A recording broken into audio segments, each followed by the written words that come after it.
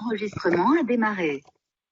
Donc ce premier cycle, comme plupart d'entre vous le savent, c'est un sujet clé de l'expertise d'Utopie autour de l'ancrage local et de la contribution de l'enseignement supérieur et de la recherche économique territoriale. C'est un sujet qu'on a déjà exploré il y a plusieurs années avec une étude pilote sur l'empreinte socio-économique des campus, mais on a choisi là, à travers ces 3 sessions, d'en explorer les nouvelles dimensions au-delà de la mesure, qui sera quand même abordée sur la 2e session. Et notamment à la lumière des récentes crises qui challenge cette question de l'ancrage économique des campus. Pourquoi? Parce que historiquement, la contribution des établissements d'enseignement supérieur à leur territoire a beaucoup été focalisée sur le soutien au dynamisme économique et à l'innovation des entreprises dans un contexte plutôt de compétition mondiale. Mais on voit bien récemment avec les différentes crises économiques, écologiques, géopolitiques, Covid, Ukraine, etc., qu'on traverse ces dernières années et même ces derniers mois, que le sujet de l'économie locale, le sujet de la résilience économique locale, le sujet de la résilience territoriale est remis en perspective avec des enjeux qui sont même, j'ai vu maintenant dans les titres des nouveaux ministères, de souveraineté alimentaire et économique, évidemment, de soutenabilité écologique, de résilience face aux crises. Ça fait beaucoup de défis nouveaux pour les territoires et possiblement de sujets d'ancrage ou de contribution territoriale nouveaux pour les campus, au moment même où, paradoxalement, les campus n'ont jamais été aussi tournés vers l'international, puisque tous les établissements d'enseignement supérieur ouvrent des campus, souvent lointains, ce qui pose un autre sujet climatique, évidemment, mais pas que. Et cela dit, l'approche dont on va parler aujourd'hui, on pourra en parler avec les intervenants, mais cette approche d'ancrage territorial, elle est, cela étant, valable sur l'ensemble des territoires dans le monde. Autrement dit, on peut être un campus ancré localement en France, mais aussi à Hong Kong, à Dubaï, à Maurice, où que soient évidemment les campus. Voilà. Je remercie Boris et Annabelle d'avoir préparé cette session introductive, qui est d'autant plus héroïque qu'on a eu un petit enjeu de participants du fait des ponts de mai, qu'on n'avait pas forcément anticipé au moment où on a choisi les dates. On a néanmoins choisi de la maintenir pour ne pas décaler les sessions suivantes, voilà, parce qu'il y avait pas mal de gens inscrits déjà. Et en complément, évidemment, comme à chaque session, on aura le replay, vous pourrez le partager avec vos collègues, clients, partenaires, etc. On refera peut-être une petite introduction rappelant les enjeux clés qui vont être abordés aujourd'hui lors de la session prochaine. Et puis, on a prévu, comme l'a dit Inès, une publication dédiée en synthèse un peu des 3 sessions sur ce sujet de l'ancrage territorial. Pour mémoire, les prochaines sessions ont lieu pour la seconde, qui sera donc un focus sur le sujet de la mesure d'impact des établissements en couplant économie et carbone. C'est la méthodologie qu'on a développée chez Utopie. Ça a lieu le 31 mai avec des retours d'expérience de campus là-dessus. Et puis, la 3e session portera plus spécifiquement sur l'intégration urbaine architecturale des campus comme lieu physique et leur ancrage territorial via la construction, rénovation ou l'exploitation. Et ça a lieu le 9 juin. Je vous laisse la parole. Merci beaucoup. Ça marche. Merci pour cette introduction. Du coup, je vais prendre tout de suite la main. Donc, juste me présenter rapidement. Annabelle, je te laisse te présenter dans la foulée. Donc, je suis Boris Chabanel, expert économie locale chez Utopie. Je suis géographe de formation, voilà, pour un petit clin d'œil universitaire. Et donc, chez Utopie, je travaille large partie, voilà, sur des sujets qui vont croiser développement économique local et sujets de transition. Donc, ça peut être la question de la transition alimentaire, la question de l'économie circulaire, la question de la relocalisation de l'économie. Donc, voilà, divers sujets. Je ne m'étends pas plus pour qu'on ait un maximum de temps sur le fond. Je laisse la parole à Annabelle. Je sais pas si on entend bien Boris ou si c'est juste chez moi. Ça saute un Ouais, petit peu. c'est une bonne question. Moi, j'entends pas très bien non plus. T'as une petite voix de Pas très droïde. bien. Ouais. C'est haché. Euh, Une voix de droïde expert. expert droïde. Voilà, ça sera encore plus légitime le propos, mais redis-moi, Boris, si t'arrives à avoir un peu plus de connexion. Que là, c'est mieux. Si je me mets vraiment le micro proche de la bouche, là. Ouais, Retire ta caméra peut-être, Boris. bien vu. Ouais. Et là, Moi, ouais, ça a l'air bien. On va voir. Et puis, sinon, je compléterai. Annabelle Richard, donc je suis directrice conseil chez Topi sur les questions d'économie locale durable. Donc, on accompagne les territoires dans leur dynamique de transition écologique et d'ancrage local, de développement économique local. On est ravis de questionner nos expertises et les éclairages qu'on fait auprès des territoires à l'échelle des campus en soi, des mini-mondes, des mini-territoires et qui aussi doivent repenser la façon dont ils participent plus largement au développement économique local et à la prospérité des territoires qui les abritent. Euh, on va commencer par une introduction par Boris du déroulé du propos en 3 temps. Et puis, alors, pardon, l'équipe campus, vous les connaissez, Inès, Voilà. Pierre-Jacques, et on avance. Boris te laisse introduire le déroulé du propos et puis commencer sur la partie, on va questionner le rôle de l'ESR, le rôle classique de l'ESR dans le développement territorial. ouais, ça marche. Donc là, on est effectivement sur cette session sur un lien assez structurant entre l'enseignement supérieur et la recherche et le développement économique des territoires. C'est vraiment une thématique qui est loin d'être nouvelle et qui a déjà tout un historique avec un rôle bien précis attendu des établissements de l'ESR pour contribuer au développement économique des territoires. Donc on va rentrer par ce sujet-là. Et puis on va se rendre compte, comme l'a évoqué Elisabeth, que on est, enfin, juste avant d'avancer, je vais juste présenter les trois étapes. Dans un deuxième temps, on va effectivement évoquer ce qu'a annoncé Elisabeth, c'est-à-dire qu'on est dans un moment assez particulier où depuis quelques années, cette approche assez classique du développement économique est assez challengée, remise en question de deux manières. Sous l'angle finalement des questions de dépendance aux importations, des enjeux de souveraineté, etc. Et aussi, comme on va le voir, sous l'angle de la transition écologique, bien évidemment, puisque à travers ces flux économiques, ces flux d'importation, il y a aussi de forts enjeux d'impact environnementaux, comme on va le voir. Et donc ça, c'est vraiment un second temps important à avoir en tête, hein. Ces nouveaux challenges qui nous amènent en fait à repenser le développement économique et donc la contribution de l'enseignement supérieur et de la recherche dans cette affaire-là. Et donc, dans le troisième temps, on abordera justement dans ce nouveau paysage de développement économique local avec ces nouveaux challenges, quels peuvent être les rôles de l'ESR, quelles actions, quelles contributions peuvent être apportées par ces acteurs-là au développement territorial. Donc voilà rapidement ce qu'on va dérouler, avec chaque fois des temps d'échange pour évidemment réagir, compléter, donner un peu des perspectives. Et donc sur ce premier ton, on va aller assez rapidement. Je pense que c'est des choses, a priori, un point de départ avec des éléments que vous avez pas mal en tête. Donc là, on peut avancer. Euh, et donc, pour se donner ce point de départ-là, on a depuis voilà maintenant pas mal de temps une approche du développement économique, finalement à différentes échelles, hein, que l'on raisonne à l'échelle de la France, des régions, des intercommunalités, des métropoles. On est souvent dans une approche du développement économique qui consiste à dire que dans une économie voilà mondialisée, globalisée d'aujourd'hui, le gros du développement économique, du job, ça consiste à aller capter de la demande à l'extérieur, donc à aider nos entreprises à exporter, à capter des marchés à l'extérieur, d'être capable d'attirer des investisseurs, d'attirer des entreprises. Donc toujours dans ce rapport à l'extérieur qui va nous apporter, qui va nous permettre de remplir le seau, hein, qui est un peu l'image qu'on utilise souvent chez Utopie, cette logique du développement qui va venir par la richesse qu'on va être capable de faire rentrer sur le territoire. Et dans cette optique-là, on est dans une approche du développement économique où petit à petit, finalement, on va se spécialiser, on va essayer de tirer les points forts du tissu économique local, d'identifier des domaines d'excellence. On va se resserrer petit à petit sur des segments d'activité qu'on va juger porteurs sur les marchés à l'extérieur.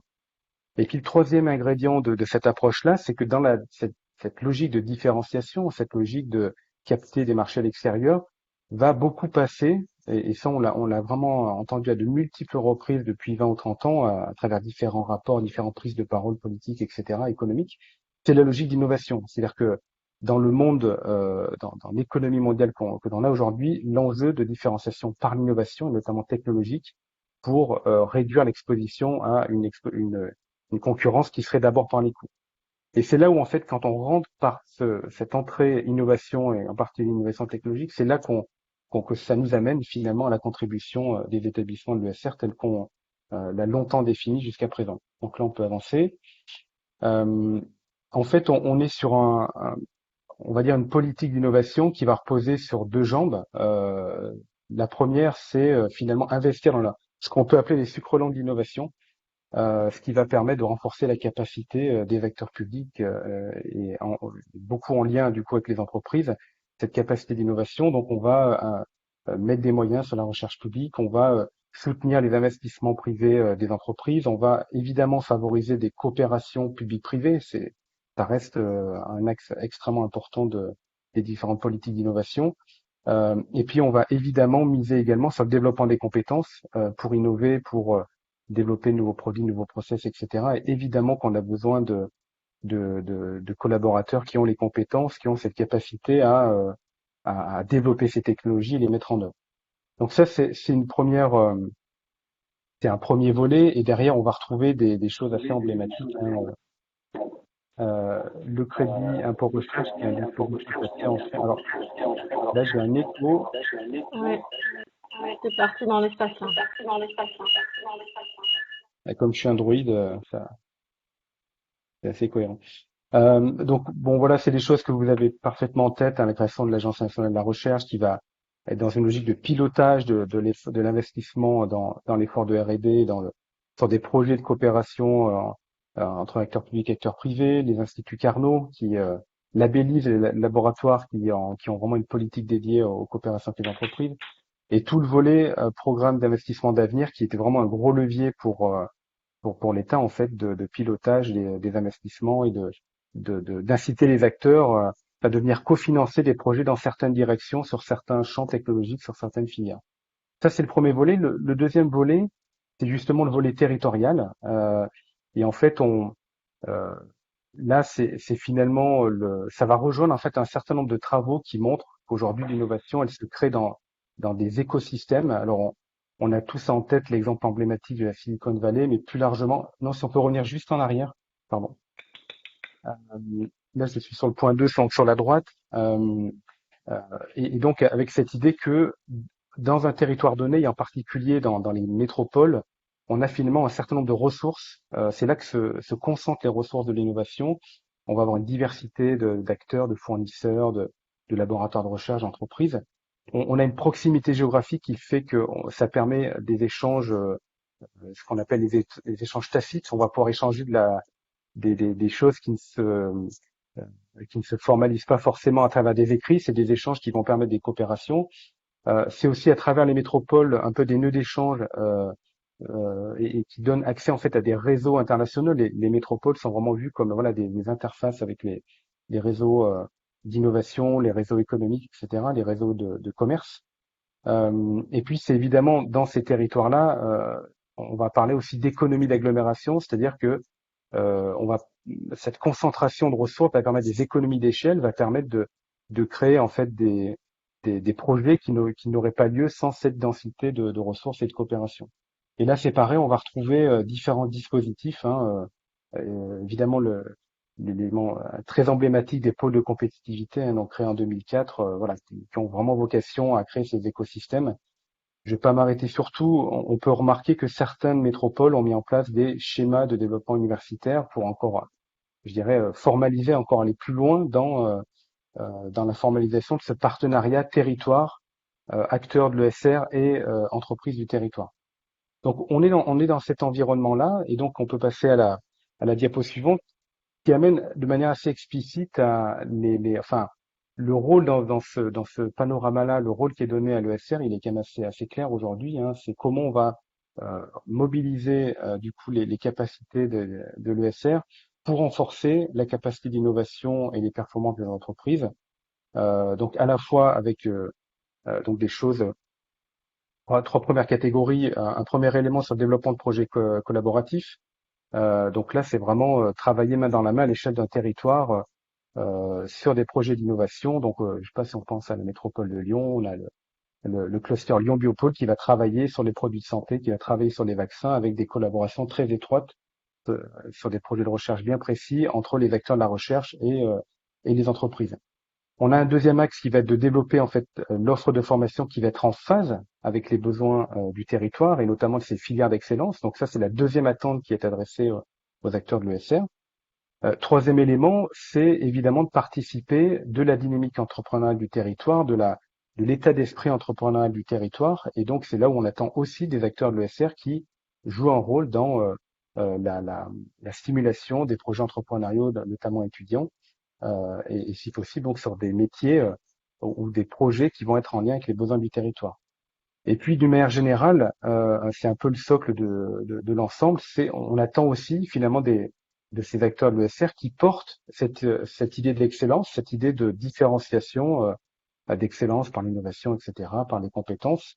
Et donc, on attend de ces établissements, voilà, qui rayonnent, qui s'inscrivent dans des réseaux internationaux de recherche et d'enseignement. Donc voilà, c'est un peu tous ces ingrédients-là qu'on attend aujourd'hui enfin, et voilà, c'est des choses qui sont mises sur la table déjà depuis un moment dans les territoires au niveau du rôle de l'ESR. Euh, Là, peut-être juste, est-ce que vous vous retrouvez, enfin, est-ce que là, à ce stade-là, il y a des remarques là-dessus, ou est-ce que, voilà, c'est un panorama sur lequel vous vous retrouvez, parce qu'il y avait une petite remarque à ce stade, sinon, effectivement, on peut enchaîner, c'est un peu la toile de fond de départ. N'hésitez pas à prendre la parole ou alors à commenter, poser des questions dans le chat. Voilà, on fera la modération. Merci Boris. Ça marche, bon, bah, je propose qu'on enchaîne. Du coup, voilà, on est aujourd'hui dans on est dans un peu cette période bien particulière. Enfin, chez Utopie, pour nous, ça nous parle beaucoup parce que on est sur des sujets, les sujets que je vais aborder là, de relocalisation, de transition, évidemment, sur lesquels on travaille depuis longtemps. Et avec les crises récentes, on a vraiment changé un petit peu. Enfin, c'est vraiment un accélérateur de prise de conscience et donc un accélérateur de renouvellement de la manière de voir le développement des territoires. Donc, si on avance, on a un petit peu deux grands volets en fait à ce nouveau contexte. Je peux encore avancer dans le cran. On a un premier volet qui a été vraiment très, enfin, mis en lumière par la crise Covid. Alors c'est loin d'être nouveau, mais ça a été voilà un coup de projecteur assez sidérant sur notre dépendance aux importations. Donc en fait, il faut savoir qu'aujourd'hui, si on regarde, euh, enfin c'est ce que montrera Annabelle tout à l'heure, je vais pas m'étendre là-dessus. Enfin, on voit qu'il y a une forme de dépendance très forte, avec donc du coup des prises de parole politiques qui étaient finalement franchement difficiles à imaginer avant 5 ou 10 ans en arrière sur les questions de souveraineté industrielle, sur les questions de d'autonomie stratégique à l'échelle européenne, etc. Donc ça, c'est un premier volet d'enjeu. On en a un second, tu peux avancer du coup d'un cran, c'est évidemment la crise écologique, avec des rapports voilà toujours plus alarmants, et puis des manifestations de ces dérèglements de plus en plus évidents et qui amènent vraiment à re-questionner là aussi notre modèle économique. Et là, il y a vraiment un élément qui est assez central dans le raisonnement, c'est les flux d'importation. C'est-à-dire que pendant longtemps, la croissance des flux d'importation a été laissée un petit peu dans l'angle mort. Et finalement, quand on avait du déficit extérieur, on considérait que c'est avant tout parce qu'on n'avait pas suffisamment exporté, parce qu'on n'exportait pas suffisamment. Là, on se rend compte peut-être aujourd'hui que c'est aussi lié au fait qu'on a peut-être laissé un petit peu ce sujet des flux d'importation et des dépendances qui vont avec, voilà, un petit peu de côté. Et puis, il y a la seconde facette de ces flux d'importation, c'est que et en particulier, donc hein, quand on parle là de flux d'importation qui sont beaucoup développés, ça va être beaucoup sur les produits manufacturés. C'est aussi toute l'incidence environnementale qu'il y a derrière, c'est-à-dire que sur toute la chaîne de production des importations, on génère des impacts et on va générer aussi de la dépendance à un certain nombre de matières. Et donc, on a vraiment les deux faces d'une même pièce. Et donc, c'est vraiment ces deux éléments-là qu'on va creuser rapidement avec Annabelle. Donc, je vais laisser la parole à Annabelle sur le premier volet, là, sur la dépendance aux imports. Oui, merci. Ouais. On peut avancer, mais c'est vrai que la dépendance aux importations et plus largement le développement économique des territoires questionne leur résilience. On disait en introduction, on a pu mesurer l'exposition de nos économies à la faveur de deux crises récentes, la crise sanitaire et la crise alimentaire qu'on est en train de traverser en ce moment. Au global, si on regarde l'ensemble des secteurs, il est intéressant de se pencher sur une étude qui a été publiée en 2019 par l'INSEE et qui nous montre la part du Made in France et des importations dans la valeur des biens et des services qui sont consommés par les ménages français. Donc, en gros, ce que vous avez, c'est en rose. La part rose, c'est la part des importations dans tout ce qu'on consomme. Et on se rend compte que près de 2 tiers de la valeur des biens manufacturés qui sont consommés en 2015 par les Français est importé. Et on se rend compte que cette dépendance, elle est même plus supérieure, bien supérieure à 2/3 pour de nombreuses catégories de produits, comme les équipements informatiques, les équipements textiles, les produits pharmaceutiques. C'est une étude qu'on avait menée un peu d'une autre façon, en mesurant l'autonomie fabricante des villes en 2018. On était sur un taux de 3% d'autonomie si on considère la consommation finale, en regardant l'ensemble de la chaîne de valeur amont dont dépend le territoire. On se rend compte que cette question de dépendance aux importations, c'est pas uniquement une question de développement économique, c'est aussi une question de résilience, de pouvoir s'appuyer sur des approvisionnements durables en quantité suffisante pour alimenter l'économie, quel que soit le choc que l'on traverse, que ce soit un choc d'approvisionnement, mais qui soit dû à des questions sanitaires, à des questions géopolitiques, comme on peut le voir aujourd'hui avec la crise en Ukraine, ou voire à des questions climatiques, comme on pourra certainement les voir se multiplier demain. Ce qui est intéressant, c'est de voir qu'il y a quand même, il y a des secteurs où on est un peu plus fort, les minéraux de construction, les produits agroalimentaires. Là, on a publié récemment une note sur la résilience alimentaire qui montre que la France a une autonomie relativement élevée, d'environ 50%, 60% si on considère les produits transformés.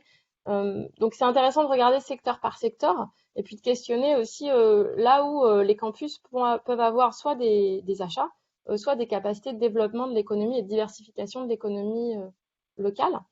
Et puis peut-être dernier point pour expliquer, sans rentrer trop dans le détail, parce qu'on n'est pas sur une conférence économique, mais de dire que on a pris conscience avec la crise que les chaînes de valeur sur lesquelles s'appuient nos territoires ont été spécialisées, se sont de plus en plus spécialisées, fragmentées dans une quête de performance économique, et que là on se rend compte que cette quête de performance économique, elle a fragilisé nos chaînes d'approvisionnement.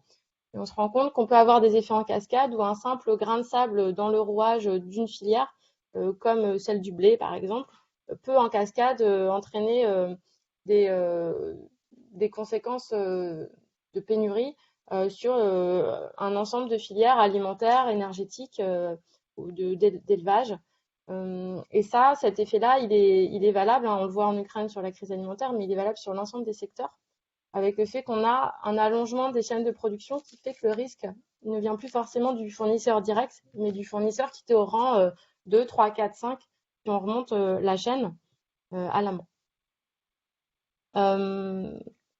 On peut passer, merci. Et donc, ce qu'on aime bien utiliser à Utopie pour montrer quelle serait la façon de résister, de redévelopper notre tissu économique local, c'est la métaphore du flipper. En fait, on a montré tout à l'heure cette image de seau percé, montrer qu'au final, notre économie, elle est victime de nombreuses fuites qui sont liées aux importations, et que pour faire du développement économique autrement, ce serait un peu d'imaginer comme le jouet au flipper, en se disant qu'aujourd'hui, à chaque fois qu'on met 1 euro dans le territoire, on lance une bille dans le flipper, on lance une partie. Aujourd'hui, comme le disait Boris, la majeure partie des efforts de développement économique, ils sont sur le fait d'injecter une bille dans le jeu, donc de pouvoir démarrer la partie. Mais que ça, c'est que le début du jeu de flipper, comme vous le savez. C'est qu'une fois que la bille elle est entrée dans le jeu, une fois que l'argent entre sur le territoire, l'idée, c'est de le faire circuler au maximum pour engranger des points. Et donc, faire circuler l'argent sur le territoire, ça peut être le fait qu'un touriste qui vient sur le territoire, il va dépenser en local la façon dont il va se nourrir, la façon dont il va utiliser des services, dont il va s'habiller, ou alors encore le fait que le chiffre d'affaires généré par une entreprise qui va exporter, il soit dépensé localement en services de comptabilité, en achat de fournitures ou de matériel bureautique. C'est ça qui fait que quand on injecte 1 euro dans le circuit économique local, il va circuler via des échanges qui sont menés entre les acteurs économiques du territoire. Ça peut être les entreprises, ça peut être les acteurs publics et ça peut aussi être les habitants, donc les citoyens qui vont consommer. Et le principe de l'effet multiplicateur, c'est que chaque fois qu'on injecte 1 euro, la dépense qui reste dans le territoire, elle est reconvertie en un nouveau revenu pour un acteur qui, lui, va réinjecter une dépense dans l'économie. Donc, on a un effet cumulatif en fait de la richesse, vraiment comme au flipper, où vous pouvez faire augmenter votre score avec la même unité de richesse insérée initialement. Donc, on a un effet démultiplicateur. Et ce qu'on avait montré dans une étude, je crois en 2016, c'était que cet effet multiplicateur, qui est aujourd'hui dans l'angle mort des politiques de développement économique, constitue plus d'1/3 des écarts de prospérité entre des territoires. Et ça, c'est un véritable changement de paradigme qui est à faire dans la façon dont on développe les territoires et évidemment dont l'ESR se donne un nouveau rôle dans la façon dont elle va contribuer à la prospérité et à la résilience des territoires en étant voilà, vigilante au fait de contribuer au fait que le territoire sera demain plus prospère parce qu'il sera en capacité de garder les richesses en son sein. L'idée, c'est pas d'être dans une souveraineté totale, hein, c'est de se dire on rééquilibre un petit peu des scores qui sont, comme je vous disais, de 3% pour l'autonomie fabricante ou de 2% à l'échelle d'une aire urbaine pour l'autonomie alimentaire. Là, je vais pas trop vous détailler le saut, mais c'était pour vous expliquer quand je vous parle de fuite sur le tissu économique local, de quoi on parle. Je l'illustrerai avec le flipper. Ça peut être des fuites dans les achats directs, c'est-à-dire que on peut avoir des entreprises qui s'approvisionnent pas localement sur des achats de matières premières à leur premier rang de fournisseurs et ensuite d'aller regarder les fournisseurs de ces entreprises, dans quelle mesure ils s'approvisionnent aussi localement. Donc là, on va remonter la chaîne de fournisseurs. Et puis, on peut avoir des fuites, comme je disais, dans les dépenses des habitants. Donc, l'ensemble des consommations d'un ménage. Est-ce qu'un ménage s'approvisionne à 2, 3, 10% en valeur à son échelle locale, qui peut être la collectivité, la région, le pays. Et puis, on regarde aussi les dépenses publiques, c'est-à-dire dans quelle mesure les achats de la collectivité, les achats de la restauration collective, par exemple, ou les contrats qui sont passés en termes d'intelligence économique de conseil, sont faits aussi en local. Et donc, c'est l'ensemble de ces fuites qu'il faut considérer quand on parle de développement économique local, de prospérité et de plus forte résilience. Et donc la question, ça fait longtemps qu'on en parle chez Utopie et on sent que depuis 3 ans, le sujet monte. Il y a eu la crise sanitaire qui nous avait permis aussi de prendre la parole, c'était en 2019 sur ces questions de résilience productive. Là, la crise en Ukraine qui fait monter l'ensemble des questions de souveraineté alimentaire, à tel point qu'on a en effet des titres de ministres qui s'intéressent à ces sujets. Et donc, on a plusieurs plans nationaux européens qui ont été lancés, le plan de relance et de résilience, la reconquête de l'appareil productif. Donc, on sent que voilà, il y a aussi une question de développement de la capacité industrielle sur le territoire pour gagner en souveraineté. Et donc, sur les 3 points que je mentionnais tout à l'heure, mais c'est intéressant de les rappeler, dans quelle mesure on dépend de produits ou de chaînes de valeur stratégiques pour assurer notre souveraineté? Dans quelle mesure on peut réindustrialiser certains points pour développer une offre qui sera en local? Et puis, comment on relocalise l'ensemble de nos approvisionnements sur la chaîne de valeur? Donc, on vous a mis un verbatim de Charles Michel, le président du Conseil européen, quand même, qui rappelle que la pandémie de Covid-19 a montré qu'il était urgent de produire des biens critiques en Europe, biens critiques pouvant être des biens alimentaires, des biens énergétiques, des biens industriels, des biens pharmaceutiques, et d'investir dans des chaînes de valeur stratégiques. Donc, pas être uniquement aux fournisseurs directs, mais de remonter la chaîne de valeur et de comprendre la dépendance excessive qu'on pouvait avoir à l'égard de pays tiers dans ces domaines, les pays tiers pouvant être considérés à des échelles très variées en fonction du secteur qui nous intéresse. Mais voilà, cette question, elle monte et questionne la capacité du territoire de l'Europe à gagner en souveraineté économique via notamment l'outil industriel, mais aussi le développement des compétences et puis la mutation des pratiques. C'est là qu'on arrive sur les questions aussi de transition. Et pour donner une idée du gisement d'emploi que ça pourrait constituer, on a nous calculé côté Utopie que le nombre d'emplois qui est contenu dans nos importations manufacturières, il est d'environ 1,6 million. Donc pour mettre ça en perspective, le nombre de demandeurs d'emploi de catégorie A, c'est-à-dire de demandeurs d'emploi de longue durée, il est de 3 millions, un peu plus de 3 millions au 3e trimestre 2021. Donc on pourrait couvrir, c'est avec des si, en tout cas ça correspond à 50% des demandeurs d'emploi français, ce gisement d'emploi qui est lié aux importations manufacturières françaises. Et puis pour donner un autre ordre de grandeur, si la France avait autant d'emplois industriels que la moyenne européenne, qui est à 15 emplois pour 100 actifs, on pourrait employer 1,7 million de plus de personnes qui sont aujourd'hui au chômage, si tant est évidemment que les compétences soient les bonnes. Mais c'est intéressant d'avoir ces ordres de grandeur pour comprendre que ces questions de souveraineté et de résilience, ce sont aussi des questions de développement économique local, d'accès à l'emploi et de mutation des compétences. On va en parler tout à l'heure.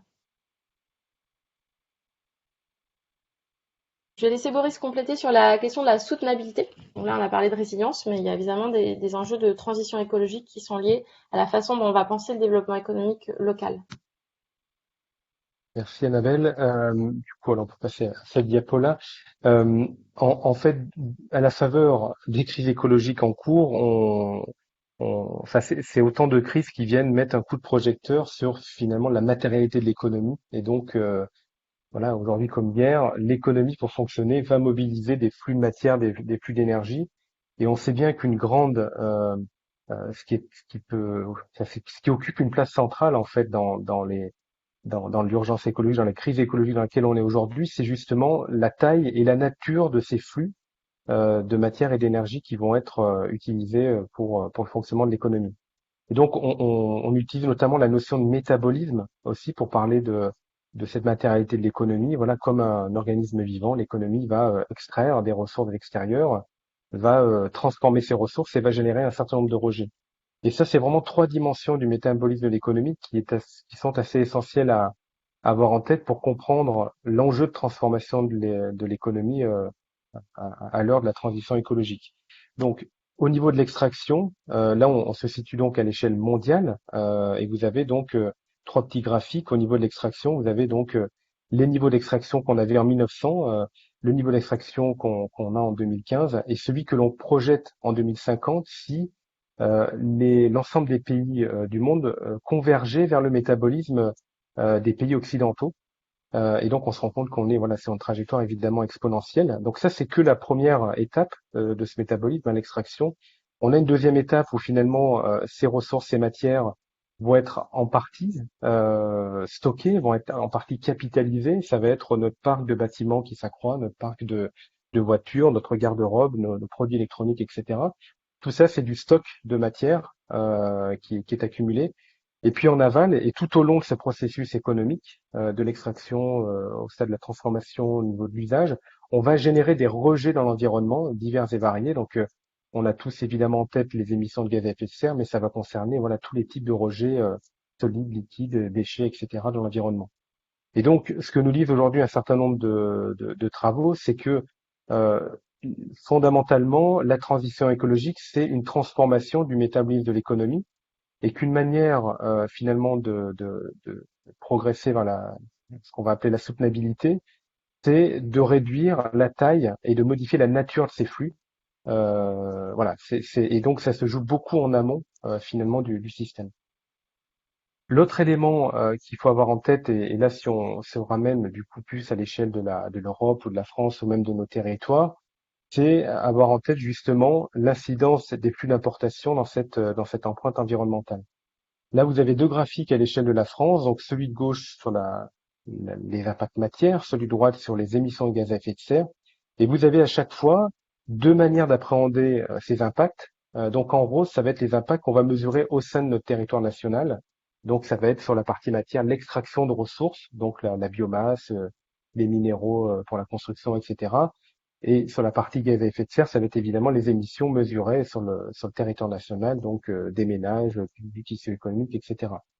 Et puis vous avez en vert ce qu'on va appeler l'approche empreinte, et qui va ajouter en fait à ces impacts territoriaux, on va ajouter les impacts qui sont générés par nos importations. Et on va laisser de côté, par contre, dans cette approche-là, les impacts qui vont être liés à nos exportations. On va considérer que les impacts liés aux exportations, c'est de la responsabilité finalement des pays qui importent nos produits.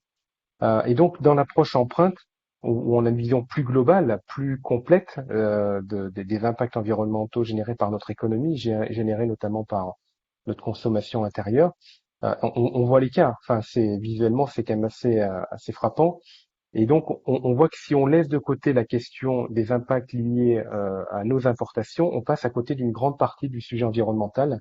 Et en tous les cas, c'est vraiment ce qu'on pousse chez Utopie là depuis plusieurs années. C'est considérer que derrière nos flux d'importation, on a bien un double enjeu. On a l'enjeu de, de, de réduire un certain nombre de dépendances, d'aller chercher des gisements d'activité et d'emploi, mais aussi de réduire des impacts environnementaux qui sont aujourd'hui majeurs. On peut du coup aller sur la diapo suivante. Et donc, c'est ce que je disais donc à l'instant, c'est que dans cette logique de métabolisme, on a des travaux qui aujourd'hui nous indiquent clairement que tout l'enjeu aujourd'hui est de travailler sur l'amont, de réduire les flux en amont de ce qu'on extrait dans l'environnement, que c'est plus facile d'agir sur ce robinet en amont que d'agir sur les multiples relais en aval. Et donc, pour l'illustrer sur le champ du changement climatique, c'est plus facile d'agir sur le pétrole qu'on extrait, les combustibles fossiles qu'on extrait en amont, que d'essayer de réduire en aval un certain nombre d'émissions à tel ou tel endroit du tissu économique ou voilà, ou du tissu social. Et donc, j'ai une petite question pour vous.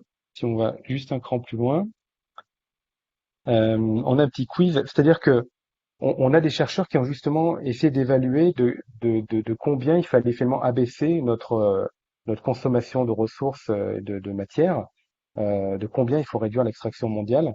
Et donc voilà, dans le petit chat, vous pouvez peut-être indiquer l'une des quatre réponses proposées là. Donc est-ce qu'il faut diviser par 2, par 3, par 4, par 5, en sachant que voilà, aujourd'hui on est à 96 milliards de tonnes d'extraction mondiale, qui donne 12 tonnes par habitant à l'échelle mondiale, et en France, on est à 17 tonnes. Du coup, donc 4, 5. Ok, euh, on a plutôt des réponses, on va dire, qui placent la barre très haute. En fait, tu peux avancer Inès d'un cran. Euh, En fait, à l'échelle mondiale, il faudrait grosso modo diviser par 2, un peu plus de 2, donc il faudrait passer de 12 tonnes par habitant à voilà, une fourchette entre 3 et 6 tonnes. S'agissant de la France, on est clairement plutôt du côté de une division par 3. Donc, on voit que c'est un effort qui est quand même assez considérable si on a en tête les courbes exponentielles qu'on évoquait tout à l'heure. Donc voilà, ces éléments-là qui montrent bien qu'à l'échelle des territoires, quand on va faire du développement économique aujourd'hui, il y a un enjeu impératif d'intégrer ces enjeux de transition au raisonnement et d'intégrer ces flux d'importation et de voir dans quelle mesure nos stratégies de développement économique vont permettre de répondre aussi à ces enjeux-là. Du coup, si on enchaîne et qu'on se donne un peu des éléments de vision, un peu qu'est-ce que ça veut dire le développement économique aujourd'hui. Donc, tu peux encore enchaîner. Euh, on a donc deux grands sujets. Tu peux avancer là aussi. Peut mettre voilà, tous les éléments de la diapo. On a donc d'une part un enjeu de résilience qu'évoquait Annabelle. Voilà, on a des dépendances très fortes aujourd'hui. Donc, comment, à travers nos politiques de développement économique, on va pouvoir développer ce qu'on appelle une autonomie stratégique. Il ne s'agit pas d'être autonome sur tout, bien évidemment. Il s'agit de choisir ses combats, choisir les filières, choisir les produits pour lesquels on a envie d'être plus autonome. Et puis par ailleurs, il y a un vrai enjeu de soutenabilité et qui va passer en premier lieu par un effort de sobriété, c'est-à-dire qu'on voit bien avec l'ampleur des flux aujourd'hui, l'ampleur de ce métabolisme, on voit bien que ça va compter sur être plus efficace au plan énergétique, être plus efficace dans nos consommations de matière. Ça va pas suffire, ou remplacer des ressources non renouvelables par des ressources renouvelables, ça ne suffira pas. Donc il y a un vrai enjeu de sobriété au niveau des modes de production dans les territoires, au niveau des modes de consommation, pour abaisser globalement voilà, la consommation matérielle, la consommation énergétique. On a le petit schéma à droite là, qui résume un petit peu cette approche. Comment je vais accroître la production d'une part pour mieux répondre à la demande locale, et comment aussi par ailleurs j'abaisse cette demande locale pour essayer de voilà, se rapprocher d'un point d'équilibre. Et donc en termes, on peut passer à la diapo suivante, en termes d'approche du développement économique, là c'est pareil, tu peux un petit peu tout mettre d'un coup, je vais commenter ça rapidement. Euh, donc en termes d'approche du développement économique, il y a une notion qu'on met fortement en avant, c'est la notion de circuit économique local. On a vu tout à l'heure au départ qu'on était beaucoup sur un point d'attention aux flux entrants, à la capacité à capter des richesses, etc., à exporter. Là, on va du coup remettre le curseur plutôt sur l'échange local. Donc, comment on va mieux répondre à la demande locale à partir de la production locale. Voilà, on l'a vu, c'est un enjeu de résilience, c'est un enjeu de développement de l'activité et de l'emploi. C'est un enjeu aussi pour activer l'effet multiplicateur dont parlait Annabelle tout à l'heure. Le deuxième étage de la fusée, c'est évidemment de développer des solutions locales qui vont, espérons-le, être plus soutenables, plus durables que les produits qu'on importait jusque-là. Ça, c'est quand même vraiment quelque chose d'assez impératif. Il ne s'agit pas simplement de produire localement les mêmes produits à fort impact qu'on importait jusque-là. On a un troisième étage de la fusée qui est la question des ressources. C'est-à-dire qu'aujourd'hui, on a une économie française, on a une économie européenne qui dépend massivement des ressources du reste du monde. Là, il s'agit finalement de se dire comment on va davantage valoriser nos ressources, comment on va davantage évidemment les valoriser de manière durable, mais voilà, s'appuyer davantage sur notre propre terroir de ressources, on peut le dire un peu comme ça, au niveau énergétique et matière. Donc ça va concerner l'agriculture, la forêt évidemment, mais aussi toute la question du bouclage des flux et des matières secondaires. Et puis quatrième élément, c'est que tout ce qu'on va pouvoir développer en local, euh, enfin, le risque pourrait être de dire on développe simplement ces éléments en local et on est vertueux en local, mais finalement ce qu'on continue d'exporter, c'est des choses fort impact voilà, de demain comme aujourd'hui.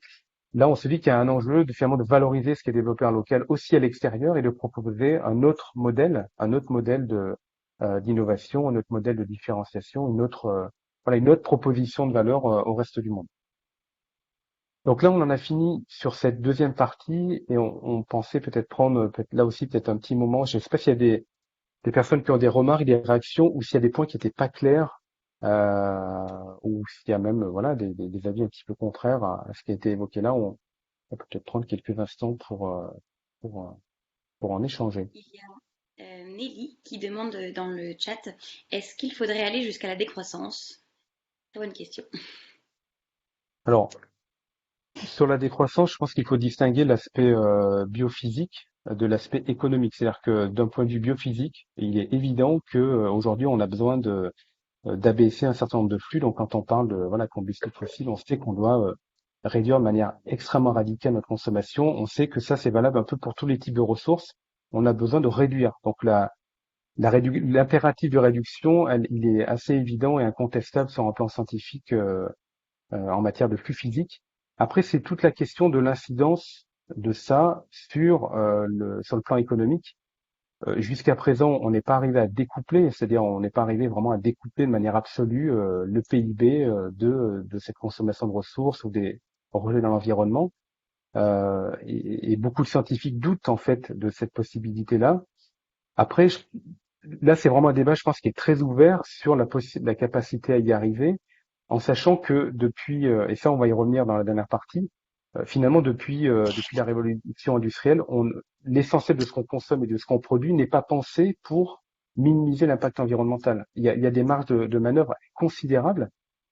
Donc, c'est là où la question, est-ce que la décroissance des impacts environnementaux passe nécessairement par la décroissance de la richesse économique, de l'emploi, etc. Je pense que c'est une question qui reste très ouverte. La réponse. Je sais pas si vous voulez compléter, Annabelle. Non, c'était parfait.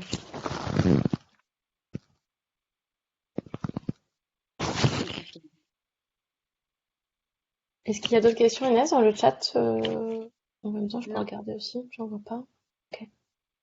On peut passer à la section suivante. N'hésitez vraiment pas à écrire si vous avez des questions. Ouais, n'hésitez pas à les couper si c'est pas clair. Euh, alors, du coup, dans ce contexte-là où voilà, on voit que les challenges sont importants, c'est intéressant de se reposer la question, voilà, quelle peut être la contribution des établissements d'enseignement supérieur et de recherche. Et là, on vous propose trois approches. Donc, ça, c'est la diapo suivante. Euh, donc, trois sujets assez structurants. Alors, on a une petite boîte à outils chez Utopie pour voilà, une boîte à outils autour de l'idée comment développer le circuit économique local.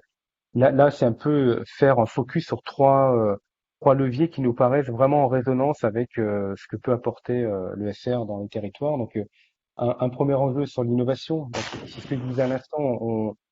On a des politiques d'innovation qui aujourd'hui sont très tournées vers la techno, vers finalement des produits toujours plus complexes, intégrant des matériaux toujours plus complexes, des alliages, etc., toujours plus de fonctionnalités. Enfin, on est dans une sorte de fuite en avant sur la complexité des produits et leur impact et la difficulté derrière à les recycler, etc., etc. Donc là, on est un peu dans ce champ nouveau de qu'est-ce que ça veut dire une politique d'innovation? Qu'est-ce que ça veut dire un effort d'innovation qui placerait la soutenabilité au cœur de la préoccupation?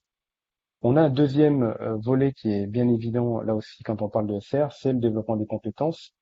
Donc là, quand on parle de réindustrialisation, quand on parle de transition des modèles économiques, quand on parle de changer les process de consommation, de production, ça soulève évidemment des questions de compétences. Là, on peut penser notamment, par exemple, aux travaux du Shift Project là, sur le plan de transformation de l'économie, hein, le plan de décarbonation de l'économie française. On voit que filière par filière, les enjeux sont assez considérables sur les compétences. Donc là, évidemment que ça résonne là aussi avec des champs d'action de l'ESR. Et puis troisième élément, c'est l'entrepreneuriat. C'est-à-dire que pendant longtemps, on a mené des politiques d'entrepreneuriat qui finalement, voilà, euh, on accompagne les porteurs de projets sans forcément euh, avoir une préoccupation très forte sur l'orientation des projets. C'est-à-dire, est-ce que je réponds aux besoins dans quelle mesure ça vient apporter une réponse aux besoins du territoire et dans quelle mesure ça s'inscrit dans des modèles économiques voilà, plus soutenables. Là, c'est aussi réinterroger cet effort d'accompagnement entrepreneurial et dans la mesure voilà, où les établissements de l'ESR ont aussi ce volet-là de stimulation d'entrepreneuriat, ça vient réinterroger aussi ce volet-là, bien évidemment. Donc, on vous propose en fait de balayer ces trois éléments rapidement avec des éléments de proposition et d'exemple. Et donc, on peut enchaîner. Euh, Donc sur le volet innovation soutenable, là aussi, si on décompose un petit peu le sujet, on a un premier enjeu de promouvoir l'innovation soutenable auprès des entreprises. Donc là, c'est un premier niveau de sensibilisation, voilà, de mettre en évidence les bénéfices, les avantages, les leviers de l'innovation. Et donc, on a un premier exemple là qui est intéressant, qui a été développé donc par le Good Tech Lab, pardon, et qui en fait peut aider les acteurs économiques en fait à avoir une vision un peu systémique de l'effort d'innovation parce qu'on peut là aussi assez rapidement tomber dans un certain nombre de travers, c'est-à-dire que la question de l'impact environnemental d'une innovation implique d'avoir une vision assez systémique, hein, de prendre en compte toutes les parties prenantes, d'avoir en vue les différents impacts environnementaux possibles. Il n'y a évidemment pas que le climat, on peut penser à la biodiversité, on peut penser plus largement à tout ce qu'on appelle toutes les limites planétaires, donc c'est intégrer tout ça au raisonnement. Et donc le Good Tech Lab, voilà, a fait ce travail en fait d'identifier un petit peu les différentes dimensions à prendre en compte, les différents outils et méthodes en fait à intégrer dans le processus d'innovation pour avoir cette logique de conception, d'éco-conception de l'innovation. Quels outils informatiques, quelle banque de données sur les matières, les matériaux, voilà, c'est tous les éléments qui font partie de cette démarche-là. Ça, c'est un premier élément. Du coup, je crois que le deuxième élément, je te passe la parole, Annabelle, sur l'accompagnement des démarches d'innovation. Oui, tout à fait, qui est complémentaire à ce que tu viens de présenter. Quand on lance des démarches d'innovation, l'idée c'est, vous savez tous que les premiers mois sont décisifs pour la réussite des initiatives des porteurs de projets. Et la collectivité, elle peut aussi avoir un rôle pour accroître le taux de survie des jeunes pousses en mettant en place des diagnostics de soutien, des dispositifs qui sont vraiment en phase avec leurs besoins réels, les besoins des porteurs de projets. Donc, on a plusieurs initiatives qui proposent du coaching, de la mise en réseau, du financement d'amorçage, de la mise à disposition de salles, vraiment orientées sur l'innovation soutenable. On peut aussi mettre en place des plans de formation au modèle économique à impact, à une nouvelle gouvernance, peut-être avec des parties prenantes territoriales. Enfin, il y a plein de formations qui sont en train de se développer pour accompagner l'innovation dans la bonne direction. Il y a deux exemples que vous connaissez certainement parce ils sont formidables. Il y a celui de l'accélérateur REV 3. Donc vous savez que la région des Hauts-de-France, elle s'est engagée dans une démarche qui s'appelle REV 3, qui avait été initiée avec Jérémy Rifkin à partir de 2017-2018 pour faire de la région des Hauts-de-France une des régions européennes les plus avancées en matière de transition énergétique et de technologie numérique. Donc depuis 2018, ils ont mis en place un accompagnement d'entreprises à travers leur accélérateur, qui a deux incubateurs, l'incubateur Jeune Pousse et l'incubateur Croissance, où des experts et des mentors accompagnent les entreprises qui sont sélectionnées dans le cadre d'ateliers de formation et qui permettent aussi la mise en réseau et la recherche de financement mutualisé ou pas, avec aussi l'accès à des ressources R&D. Et donc ça a donné naissance à plusieurs entreprises qui ont vraiment des solutions qui sont aujourd'hui mises sur le marché, de micro-éoliennes, de solutions de stockage d'hydrogène ou même de solutions numériques qui permettent de gérer l'intermittence des énergies renouvelables. Enfin, des choses qui ont vraiment se sont développées sur le territoire des Hauts-de-France avec cet effet dynamique qui permet aussi d'avoir une commande publique qui va pouvoir mobiliser l'innovation une fois qu'elle est suffisamment mature. Donc ça, c'est un premier exemple. L'autre exemple, c'est ce qu'a fait la région Nouvelle-Aquitaine avec sa feuille de route Néoterra, qui a été lancée en 2019, qui est la feuille de route régionale de la Nouvelle-Aquitaine qui est dédiée à la transition énergétique et écologique, qui se donne 11 ambitions et dont une est celle d'accélérer la transition des entreprises avec un objectif de 900 entreprises qui seront accompagnées entre 2020 et 2022.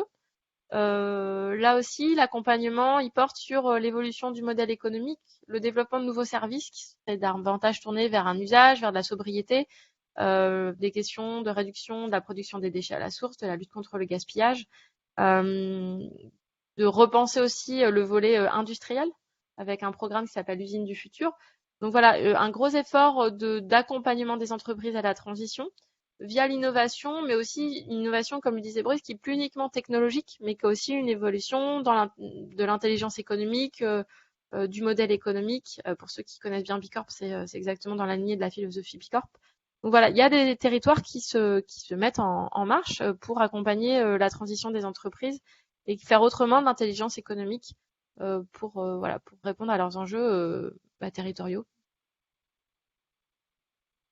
Je pense qu'on passe ensuite au Ouais. troisième volet d'innovation avec Boris. Formidable. Donc voilà, troisième volet sur cet aspect d'innovation, c'est évidemment de raisonner aussi à l'échelle du territoire en tant qu'écosystème, dans quelle mesure le territoire va offrir des ressources pour favoriser cet effort d'innovation. Donc là, on a deux exemples intéressants dans les Hauts-de-France, à nouveau, donc le club Noé, et donc là, c'est vraiment l'idée de se dire comment on va à un moment donné mettre en réseau des entreprises, comment on va mettre en réseau des acteurs qui ont de la compétence sur le territoire sur ce sujet d'innovation, et pour permettre notamment la diffusion des bonnes pratiques. Et on sait bien qu'à un moment donné, c'est important aussi d'être sur des logiques de réseau entre pairs, et que c'est parce que les entreprises vont parler aux entreprises que ça va à un moment donné euh, être des éléments déclencheurs. Donc le Club Noé, quant à lui, est vraiment centré sur ce qu'on appelle l'économie de la fonctionnalité, donc c'est-à-dire le fait de remplacer un modèle économique qui vend en fait un produit, hein, qui est voilà, je vends. Les exemples célèbres, ça va être notamment Michelin qui va vendre des pneus, de passer de la logique de vente à une logique d'accès à un service ou d'accès à un usage. Donc, je vends plus le pneu, par contre, je vends des kilomètres de pneus. Et c'est donc ça le modèle d'économie de fonctionnalité où en fait la responsabilité du produit reste dans les frontières de l'entreprise et ça va permettre du coup d'être dans une logique vraiment d'essayer d'optimiser, d'abaisser en fait les coûts liés au produit, ce qui va permettre d'abaisser du coup les impacts environnementaux associés en gardant la main sur le produit. Et donc l'idée du Club Noé, c'est vraiment de réunir les acteurs dans les Hauts-de-France qui ont la compétence, qui mettent en œuvre ce modèle-là et de favoriser encore une fois la montée en compétences à travers notamment des groupes de travail qui peuvent travailler sur différents champs, voilà, l'habitat, la mobilité, etc. Un deuxième exemple, c'est des centres d'expertise qui vont être assez spécialisés sur ces questions d'innovation durable, d'innovation soutenable. Donc on peut penser voilà au pôle éco-conception à Saint-Étienne qui travaille, qui existe donc depuis 2008 et qui travaille quand même assez étroitement avec les entreprises. Donc quand on devient adhérent finalement de cette structure-là, on va pouvoir accéder à des méthodologies d'évaluation, des diagnostics pour les entreprises. Il y a aussi toute une bibliothèque en fait de cas d'éco-conception, donc ça dépasse le millier d'exemples. Donc c'est aussi accéder à ce type de ressources qui vont à un moment donné accélérer l'effort d'innovation des entreprises. Et donc si on passe à la diapo suivante, si on se place donc du point de vue des acteurs de l'ESR, donc là c'est pareil, sur ces trois volets, on peut imaginer des pistes d'action. Donc sur l'innovation soutenable auprès des entreprises, on pourrait imaginer voilà de mettre en place une scène d'échange qui se réunirait voilà à intervalles réguliers entre chercheurs, entrepreneurs, décideurs publics autour de thématiques qui peuvent être liées donc à cette économie engagée dans la transition, donc sur l'économie circulaire, sur la décarbonation, sur ce qu'on peut appeler l'économie régénérative, voilà d'avoir suscité de la discussion, de la mise en débat, de la prise de conscience autour de ces thématiques-là. On peut aussi imaginer d'avoir des publications portées par les acteurs de l'ESR qui adresseraient vraiment les entreprises et d'être sur ces thématiques-là, apporter voilà des supports, des formats qui permettent de faire passer des messages, de faire passer des connaissances un petit peu près à l'emploi, voilà, pour les acteurs économiques. Sur l'aspect d'accompagnement, il y a une idée qui notamment a été portée par la métropole de Lyon, c'est de créer un outil de partage un peu de type un peu réseau social ou plateforme collaborative. À un moment donné, on va partager nos agendas respectifs. Finalement, c'est quoi les questions que se posent aujourd'hui les entreprises, c'est quoi les sujets pour lesquels elles souhaitent développer des solutions nouvelles ou dans une démarche d'innovation donnée, c'est quoi les points durs qu'elles peuvent rencontrer. Voilà, d'être dans une logique comme ça, un peu de partage des agendas respectifs finalement des entreprises et des acteurs de la recherche pour voilà converger et pour identifier des terrains de collaboration commune. Évidemment, après, il y a toute la dynamique des coopérations entre établissements d'enseignement et de recherche et les acteurs des filières. Donc, quand on parle de filières stratégiques, en fait, chez Utopie, c'est des filières qui vont être assez clés pour à la fois renforcer l'autonomie du territoire, c'est-à-dire relocaliser, participer de l'effort de relocalisation. C'est aussi des filières qui vont être stratégiques dans les territoires parce elles sont déterminantes dans les flux d'importation à fort impact environnemental. Et donc, travailler ces filières, c'est indispensable si on veut réduire un certain nombre de flux ou transformer des flux de manière à des solutions plus durables. Donc, sur ces filières-là, il y a évidemment, on pourrait évidemment imaginer un appel d'air pour des collaborations plus fortes, voilà, autour de projets d'innovation dans ces filières. Et puis évidemment, on a dans les territoires des incubateurs, on a tout un tas de process pour accompagner l'innovation, hein, de l'idée de départ jusqu'à l'industrialisation. Finalement, tout cet effort d'accompagnement, dans quelle mesure on pourrait aussi le faire pivoter vers une prise en compte plus forte, plus directe, plus centrale des enjeux de transition écologique. Et puis sur la partie écosystème, trois idées là aussi, la mise en visibilité, l'aspect très cartographie des compétences. Voilà, quand on mène des projets de R&D dans les entreprises, ça peut être évidemment hyper intéressant d'avoir une vue plus précise sur ce qu'offre le territoire en termes de compétences de recherche, de compétences de R&D du côté de l'ESR. Donc là, il y a un vrai enjeu là aussi de mise en lumière et de faire le lien avec les thématiques d'intérêt, les filières d'intérêt pour le territoire. Après, quand on parlait tout à l'heure de dispositifs comme le programme d'investissement d'avenir, par exemple, ou les appels à projets de l'ANR, etc., c'est aussi se poser la question dans quelle mesure ces grands projets, ces grands dispositifs de financement de la recherche et de l'innovation, comment mieux les orienter vers les enjeux de relocalisation, vers les enjeux de transition. Ça, c'est évidemment un enjeu aussi important. Et puis, dernier point, il y a la question des chaires. Qui permettent à un moment donné de faire la connexion entre là aussi des capacités de recherche et des attentes ou des besoins du tissu économique. Donc là, pourquoi ne pas imaginer des chaires qui seraient du coup dédiées à des sujets de transition, à des sujets de relocalisation, d'intérêt pour le territoire. Donc voilà, rapidement, ça n'épuise évidemment pas le sujet.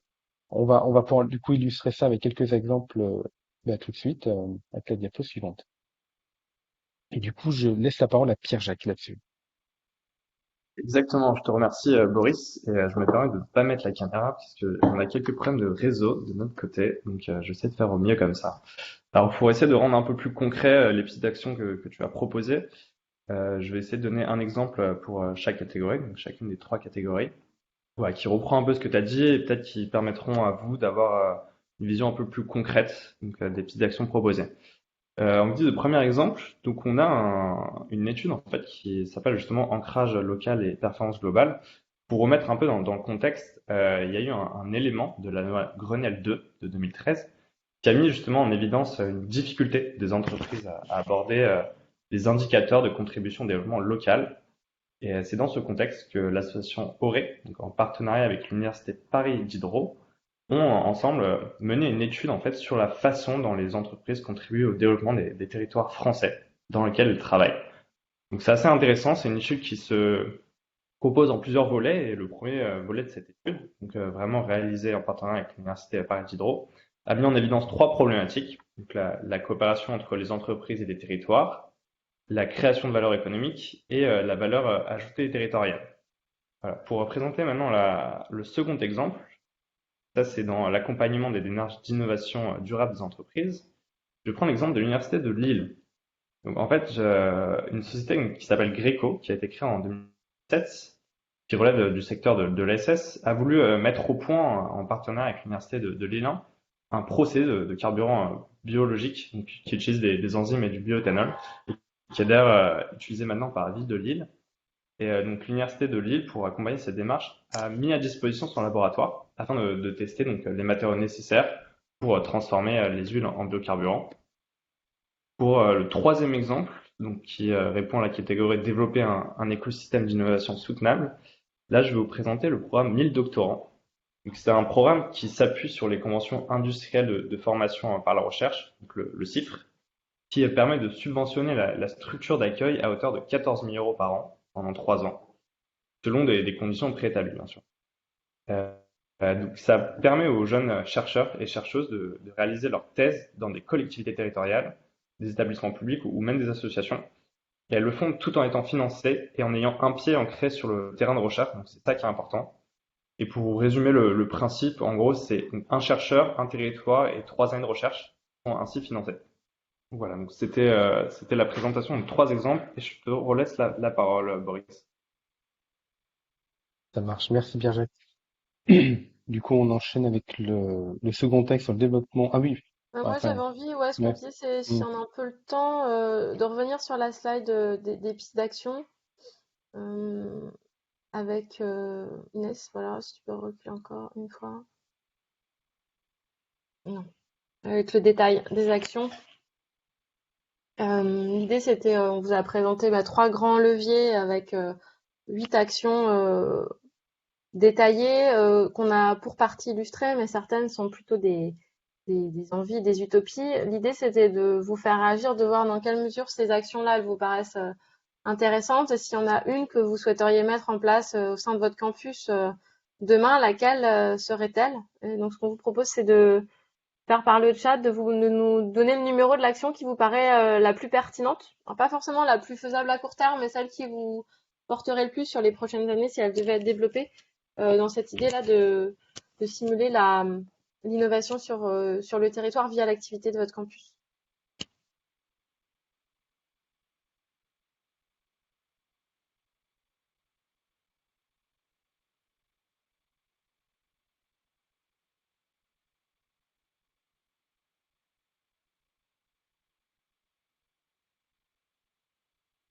Un petit peu.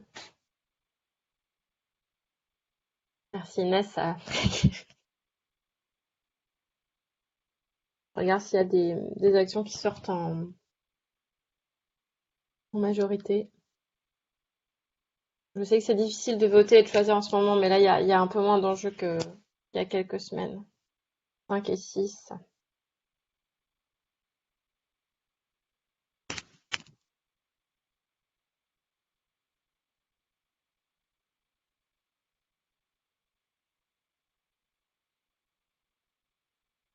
Bon, s'il n'y a pas plus de réactions. Et Sarah, c'était 8, 5.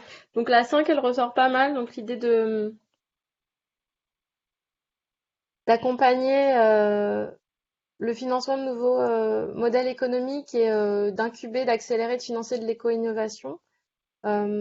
Soit sur le site du campus, soit via des programmes de recherche, mais qui soient vraiment orientés auprès des entreprises du territoire.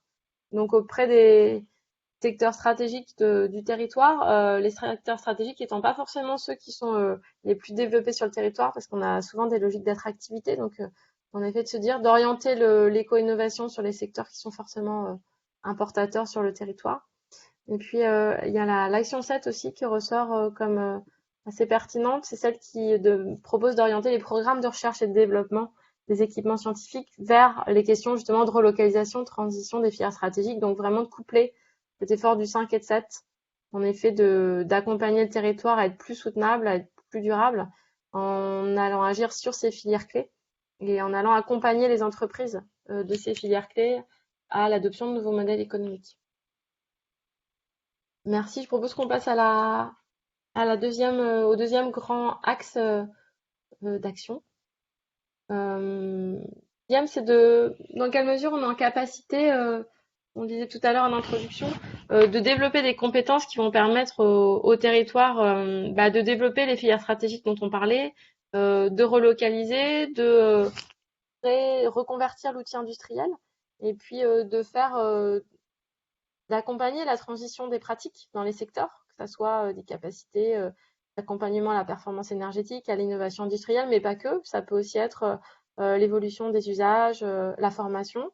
Donc là, il y a un premier levier qui est de permettre au territoire de disposer de collaborateurs engagés et compétents sur les multiples domaines d'activité et technologies que recouvrent les enjeux d'innovation soutenable. C'est à la fois d'anticiper l'évolution des parcours de compétences, l'évolution des métiers. On l'a vu avec la crise sanitaire et c'est un sujet aussi qui nous est cher chez Utopis, c'est une question de résilience productive, donc dans quelle mesure on peut faire muter les secteurs d'une économie pour qu'ils soient plus résilients en s'appuyant sur les savoir-faire, sur les compétences qui sont sur le territoire. Il y a eu quelques publications sur les questions de la transition des métiers de l'énergie, mais cette question, elle va se poser sur l'ensemble des secteurs de l'industrie. Dans quelle mesure on s'appuie sur les savoir-faire dans certains secteurs pour accompagner le développement d'autres secteurs qui peuvent être complètement différents. On pourrait avoir, on a de la porosité entre des secteurs industriels issus de la métallurgie avec d'autres secteurs qui sont plutôt dans l'agroalimentaire ou dans les biotechnologies parce qu'on a des compétences qui sont les mêmes en termes de maîtrise de l'outil industriel ou de maîtrise de certains savoir-faire liés à la chimie, à la transformation des process. Donc ça, c'est un premier levier sur lequel on n'a pas forcément beaucoup d'exemples territoriaux en ce moment parce que c'est un sujet relativement nouveau.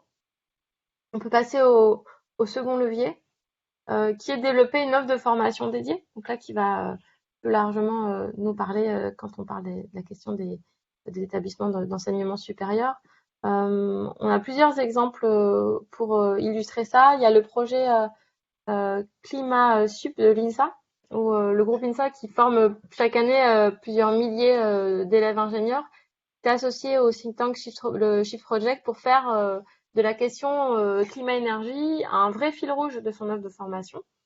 Donc l'idée, c'est qu'il y a eu voilà, une collaboration de plusieurs mois avec les équipes pédagogiques des 13 établissements qui constituent le réseau INSA pour intégrer les enjeux climat-énergie de façon cohérente sur les 5 années de formation qui sont proposées aux élèves ingénieurs, avec une mise en route du programme en septembre dernier. Mais c'est un bon exemple et évidemment, c'est des questions que se posent les élèves ingénieurs. On a vu la prise de parole à des élèves de Supagro, mais aussi des élèves issus des formations plus école de commerce et même plus largement à l'université. Mais ça commence à prendre peut-être de façon plus forte dans les populations ingénieurs qui sont peut-être plus fortement confrontées au décalage qu'il y a entre l'évolution de l'innovation, la place de la technologie et les enjeux de durabilité. Un autre exemple intéressant, c'est ce qui a été fait à l'échelle de la ville de Paris dans le cadre du plan économie circulaire, où au-delà de toutes les questions voilà, de création de boucles industrielles, de formation des entreprises, il y a eu le développement d'une offre de formation via des MOOC, donc des cours en ligne, avec en partenariat avec un réseau de villes engagées dans la transition qui sont proposés aux étudiants et aux acteurs économiques et associatifs. Et l'idée, c'est qu'il y a aussi beaucoup d'exemples sur les campus universitaires parisiens pour mettre en place des dynamiques d'économie circulaire, le gaspillage alimentaire, l'autoréparation, des bourses d'échange et de troc. Parce qu'il y a évidemment, il y a plein de choses à imaginer sur l'économie circulaire à l'échelle d'un campus. Donc voilà, une action en direction de l'enseignement supérieur qui a été menée par la ville de Paris. Et un autre exemple d'évolution des enseignements, c'est ce qui a été fait avec la fondation de la Low-Tech School à Guingamp, dans les Côtes-d'Armor, pour former des référents économie circulaire et low-tech. Donc on parlait tout à l'heure de décroissance. C'est pas forcément de la décroissance, mais en tout cas c'est de la sobriété technologique. L'idée de commencer à comprendre comment on peut répondre à certains besoins techniques par une innovation technique qui n'est pas forcément technologique, mais qui est vraiment dans la capacité à simplifier les process, les technologies, à savoir aussi réparer les biens quand ils sont en fin de vie.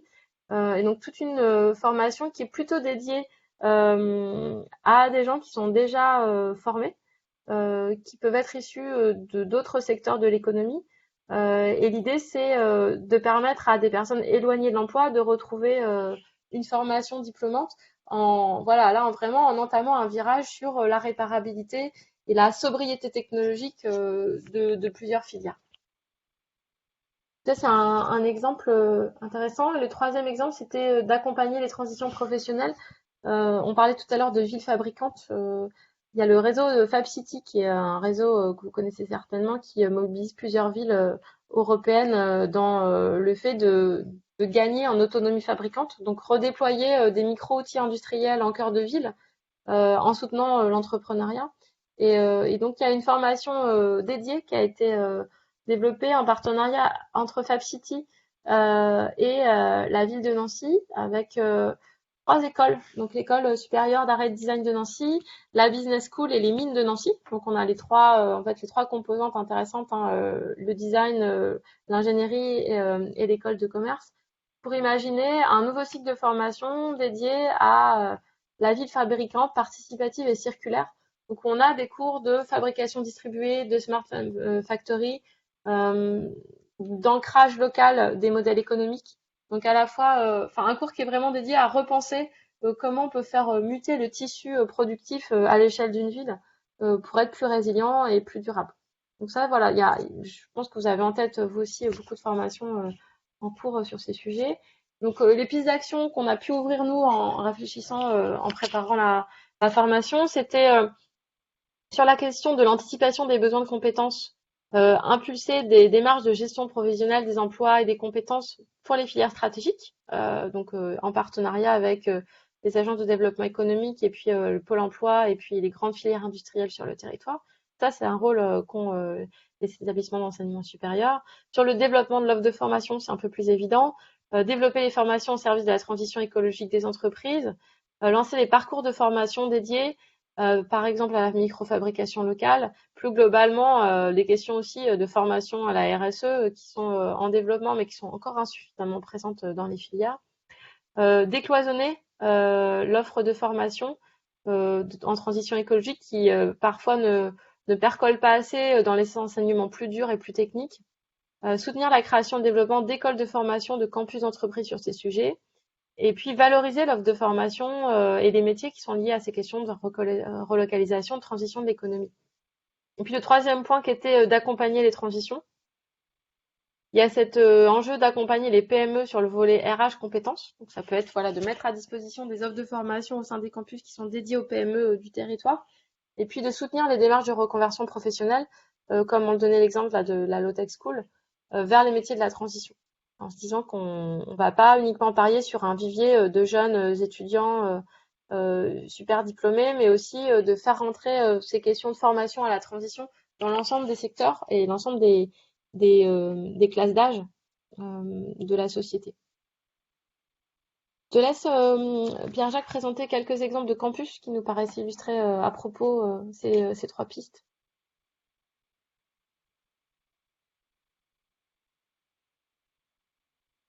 À nous trois. Ah, ça coupe un petit peu. Est-ce que vous m'entendez bien déjà Ouais, là, pour ça ma va mieux. question? Ouais, ça va. Ok, parfait.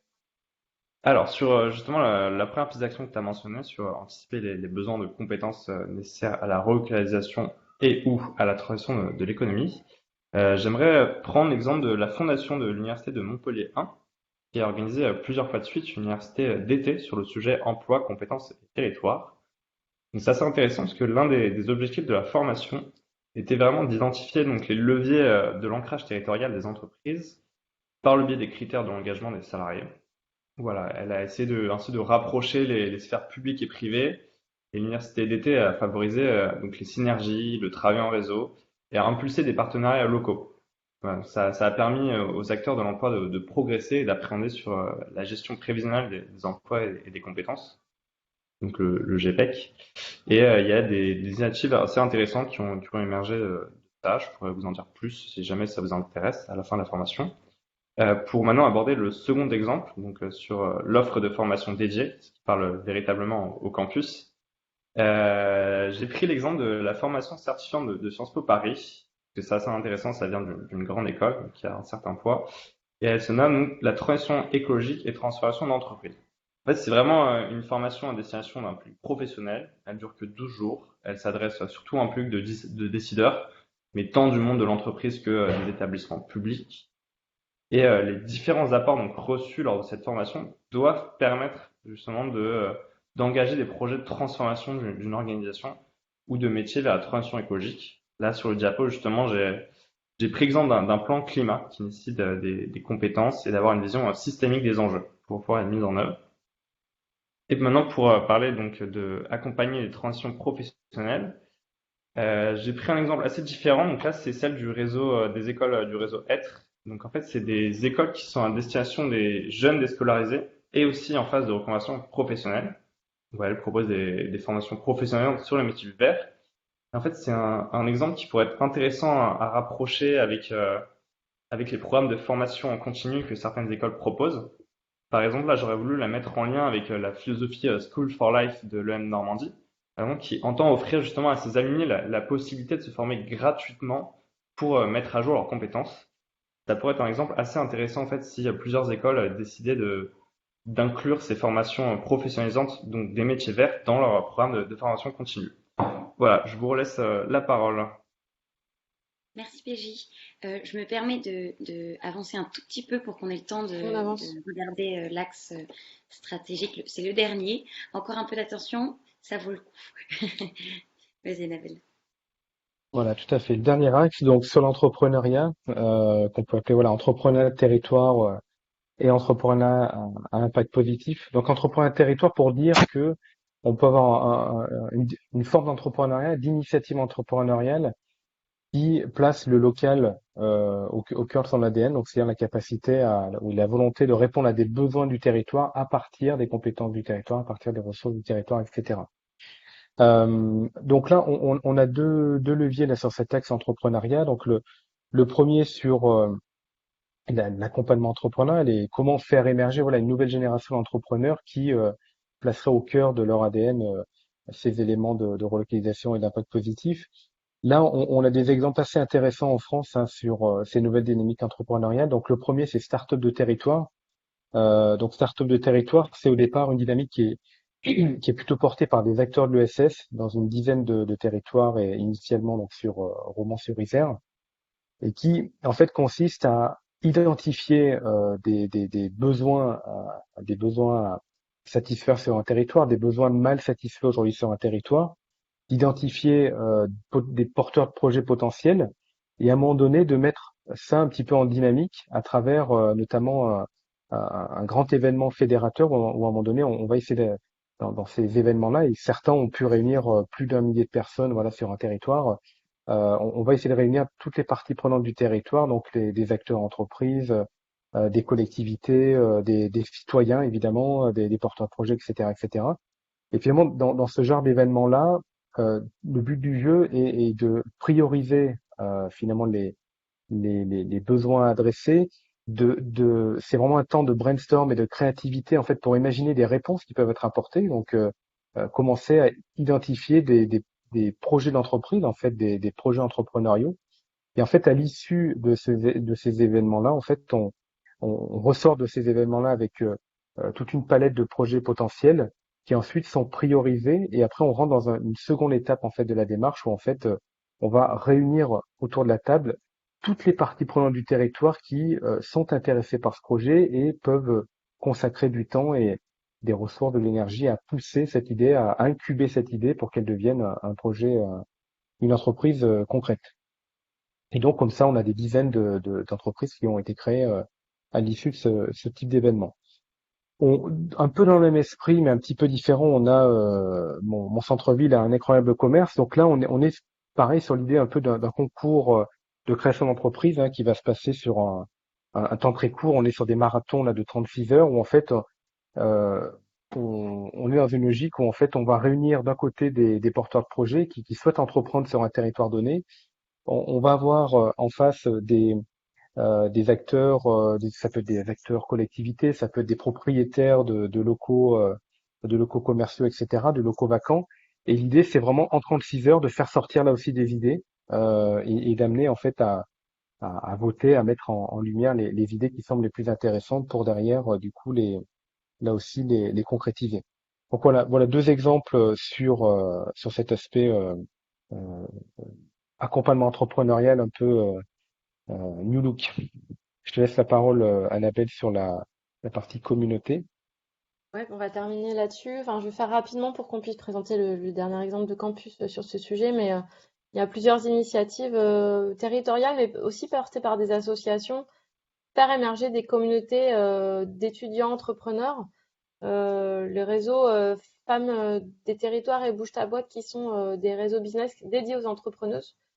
Je vais pas m'étendre là, mais ce sont des cercles de femmes en fait qui s'auto-coachent pour développer leur activité sur le territoire.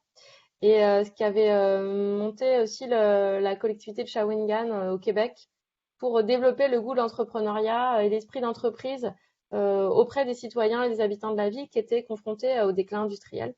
Et donc vraiment l'idée là, c'est développer une culture entrepreneuriale, de la faire vivre sur le territoire.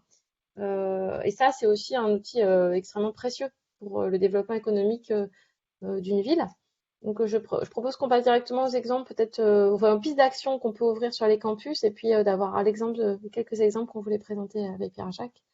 Donc le premier exemple pour faire éclore cette nouvelle génération d'entrepreneurs de territoire et d'entrepreneurs à impact dans une approche vraiment solution aux problèmes du territoire, euh, c'est d'avoir un effort de sensibilisation à l'entrepreneuriat auprès des étudiants et d'injecter ces questions de relocalisation, de transition de l'économie dans les parcours entrepreneuriat innovation, et puis de mettre en place des programmes d'accompagnement dédiés à l'entrepreneuriat de territoire avec vraiment cette dimension d'impact positif dès les prémices. Sur la partie émergence d'une communauté d'étudiants entrepreneurs, il y a déjà des challenges en place, les jeunes entrepreneurs de l'année, mais les orienter sur des questions de relocalisation, de transition de l'économie, de monter des plateformes en ligne ou des programmes événementiels qui permettent de donner corps à une communauté et d'étudiants entrepreneurs engagés sur ces sujets. Et puis, pourquoi pas de développer aussi des espaces de coworking dédiés à l'entrepreneuriat étudiant sur ces questions de transition. Pierre-Jacques, je te laisse présenter les quelques exemples, comme ça on pourra éventuellement prendre une ou deux questions et terminer. Parfait. Alors, merci. Pour aller un peu vite, là, il y aura deux exemples à vous présenter, même trois d'ailleurs. Je On t'entend plus. Ça a coupé, je crois, PJ. vais d'aider à développer l'esprit d'entreprendre des étudiants rennais, donc, lors de ce challenge qui est centré sur les objectifs de développement durable. Alors là, excusez-moi, je suis en train de prêter le deuxième exemple, donc à droite de la slide. Alors, donc lors de ce challenge, il y a des équipes pluridisciplinaires d'étudiants, donc, issus de différentes écoles et universités. On t'a perdu. Pierre-Jacques, ça coupe un peu. Mais on va peut-être ouais, je pense qu'on va Est-ce que vous pouvez me dire où ça a coupé à peu près On t'entend pas bien. Je vais terminer rapidement si ça t'embête pas, Pierre-Jacques. Je vais prendre la main pour finir. Donc, il y avait deux exemples. Le premier sur l'émergence d'une communauté d'étudiants entrepreneurs qui a été montée à l'échelle de l'université, enfin de la ville de Rennes, avec un challenge de 2 mois où les étudiants de plusieurs écoles et disciplines se sont réunis pour travailler sur des questions, sur des thématiques liées au développement durable qui étaient proposées par le territoire. Donc, c'est vraiment dans la dynamique de start-up de territoire que présentait Boris tout à l'heure. Donc, un challenge qui est orienté, pour une fois, pas sur l'innovation numérique ou digitale, mais vraiment sur la réponse à des questions fondamentales de transition territoriale. Et le deuxième exemple, c'était un partenariat entre Life for Good et Schema Ventures, donc qui est l'accélérateur de la Schema Business School, qui se sont alliés pour faire émerger, ce qu'on disait là, des entrepreneurs à impact, des leaders positifs, créer des solutions qui vont participer au bien commun. Donc c'est un programme d'accélération de 9 mois qui est ouvert aux jeunes entrepreneurs de moins de 30 ans, avec l'idée de porter un projet qui réponde à l'un des 17 ODD. Donc on est vraiment là, même au-delà des questions de développement économique local et de transition, vraiment de répondre aux gros enjeux de soutenabilité du 21e siècle. Donc là, c'est deux exemples de formation et je pense qu'il y en a de dynamique de développement des compétences et d'activation locale qui sont, je pense, parmi une pléthore d'exemples que vous pouvez connaître. Inès, on va peut-être conclure là-dessus. Je suis pas sûre, on peut avoir quelques questions s'il y en a dans le chat sur des précisions sur les exemples qu'on vous a donnés, dont on espère qu'ils sont inspirants. On n'a pas forcément le temps d'échanger sur la pertinence des leviers. Mais ce qu'on vous proposera avec Inès, c'est un petit mémo en tout cas de ce qui a été discuté, des pistes, que ça soit aussi un matériau chez vous de discussion, d'innovation, de positionnement, porter ces questions de de développement économique local. Inès, est-ce qu'on a des questions dans le chat? Moi, j'en vois pas, mais je me dis, t'as Alors, peut-être un... je ne vois pas non plus. Bon, bah, super, Et d'accord. n'hésitez pas à nous les poser, même a posteriori, par mail ou autre. C'est une formation qui est très riche. C'est un sujet qui est exploré. Et donc, c'est la première formation d'un cycle de 3. La suivante sera, donc, c'est mardi prochain, le 31, ce sera vraiment sur les outils de mesure de l'impact économique et social des campus sur leur territoire et de leur impact carbone, parce qu'on associe les deux dans une méthodologie Utopie. Donc j'en profite pour vraiment vous remercier Annabelle et Boris pour cette introduction super dense euh, au, euh, au sujet. Et j'allais vous dire à toutes et tous, je mets mon mail également dans Je suis en train de faire le le même. chat. Oui, voilà, bon, bah, voilà, on l'a mis collectivement. Euh, et n'hésitez pas à nous écrire ou à mettre le vôtre pour qu'on vous envoie à la fois l'enregistrement et à la fois le support qui est riche en exemples et qui mérite d'être lu à tête reposée. Donc voilà, un grand merci. Merci à tous. Merci à tous et à très bientôt, j'espère à mardi prochain pour la suite de ce cycle. À Bonne bientôt. journée. Au revoir. Au revoir.